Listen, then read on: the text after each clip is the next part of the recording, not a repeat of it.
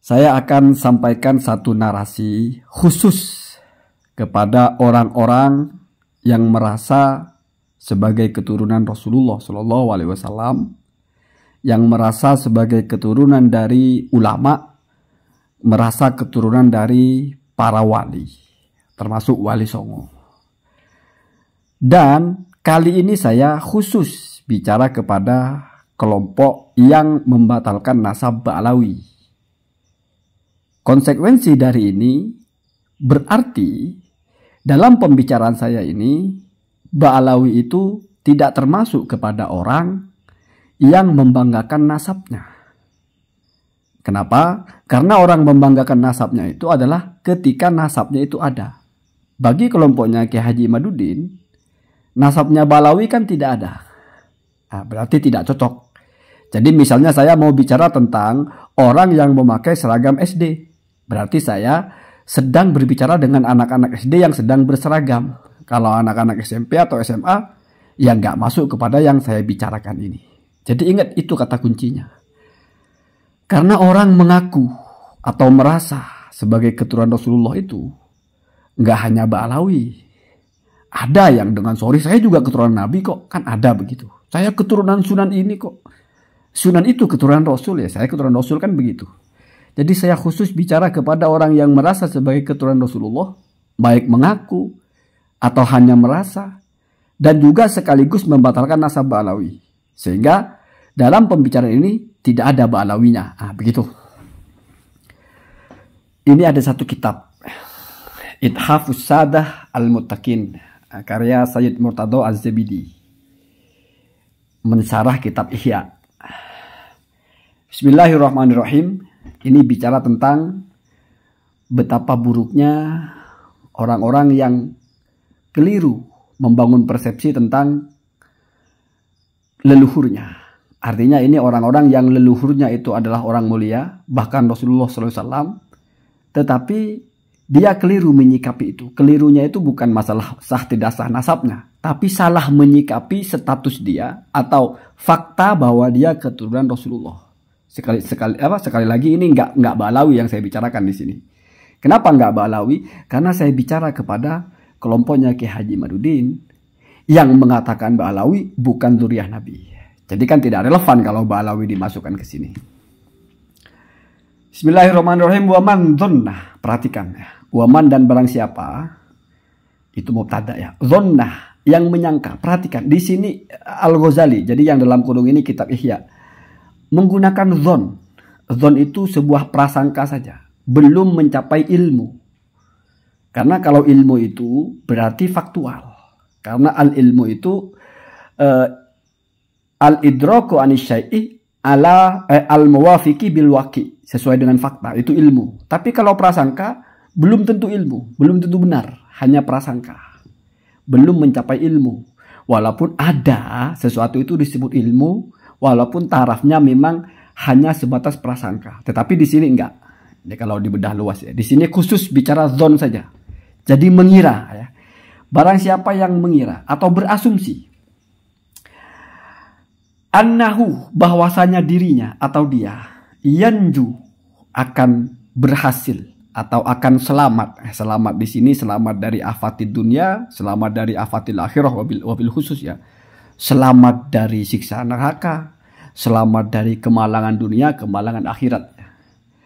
Bitaqwa abihi, karena sebab ketakwaan bapaknya. Nah, jadi ada orang-orang yang merasa saya keturunan orang soleh, saya juga pasti akan selamat. Leluhur saya orang soleh, saya pasti akan selamat sebagaimana leluhur saya selamat. Nah, kira-kira kan begitu. Barang siapa yang mempunyai persepsi seperti itu, gitu ya. Kemudian diberi sarah oleh Sayyid Murtado Az-Zabidi, wa annahu, dan bahwasanya dia ya, yanfa'uhu. Dianya di sini ini adalah takwa abihi, dan bahwasanya bukan dia berarti, dan bahwasanya ketakwaan bapaknya atau bapaknya saja ya. Maksudnya adalah ketakwaan atau kemuliaan leluhurnya itu yanfa'uhu. Yanfa'u adalah memberikan manfaat ketakwaan itu kepada orang ini. Jadi ditafsir ya, merasa mendapatkan manfaat. Nah, itu narasinya Murtadha Az-Zabidi. Narasinya Al-Ghazali merasa bisa selamat karena orang tuanya bertakwa. Orang tua ini ke atasnya, leluhurnya ya. Karena ini sedang bicara orang-orang yang punya nasab yang bagus dan tertipu dengan nasab itu. Tertipu itu berarti salah memandang atau salah menilai. Gitu ya. Kaman, nah itu khobarnya. Jadi man itu adapun orang. Kaman adalah seperti orang. Zonna yang menyangka orang itu. Annahu bahwasanya dia. Yashba'u ya. Syabi'a yashba'u akan kenyang. Biakli abihi, dengan sebab makannya bapaknya dia. Bukan memakan bapaknya ya, tapi dengan sebab bapaknya yang makan gitu. Walaupun kadang-kadang aklul ab itu ya memakan bapak, tapi ini aklu abihi ini bukan dengan sebab dia memakan bapaknya, bukan. Dengan sebab makannya bapaknya dia. Artinya itu secara rasional orang-orang yang merasa akan mendapatkan sebuah pencapaian dari apa-apa yang dilaksanakan oleh orang tuanya, orang-orang yang merasa mendapatkan pahala dengan amal yang dilakukan oleh leluhurnya, orang-orang yang merasa akan selamat bermodal ketakwaan leluhurnya, bukan ketakwaan dirinya. Jadi ngerasanya aman hidup. Wah, orang tua saya orang bertakwa, kakek saya orang bertakwa, ke atas Rasul. Leluhur saya, orang yang pasti selamat. Saya juga pasti selamat. Nah, pandangan seperti itu sama dengan orang yang saya akan kenyang dengan sebab bapak saya yang makan. Ya maksudnya di sini kamunya tidak makan. Bapak kamu yang makan tapi kamu merasa juga akan kenyang. Kira-kira waras nggak itu? Apa maksudnya di sini? Ya sama-sama nggak waras. Orang yang merasa karena leluhurnya orang mulia lalu dia walaupun tidak bertakwa cukup akan selamat dengan ketakwaan leluhurnya, itu nggak waras namanya. Sama dengan orang yang nggak makan tapi leluhurnya makan, terus dia juga merasa akan jadi kenyang gitu. Itu kan ditolak oleh realitas gitu. Jadi ini ya Al-Ghazali menyampaikan kemustahilannya itu, menyampaikan betapa bermasalahnya.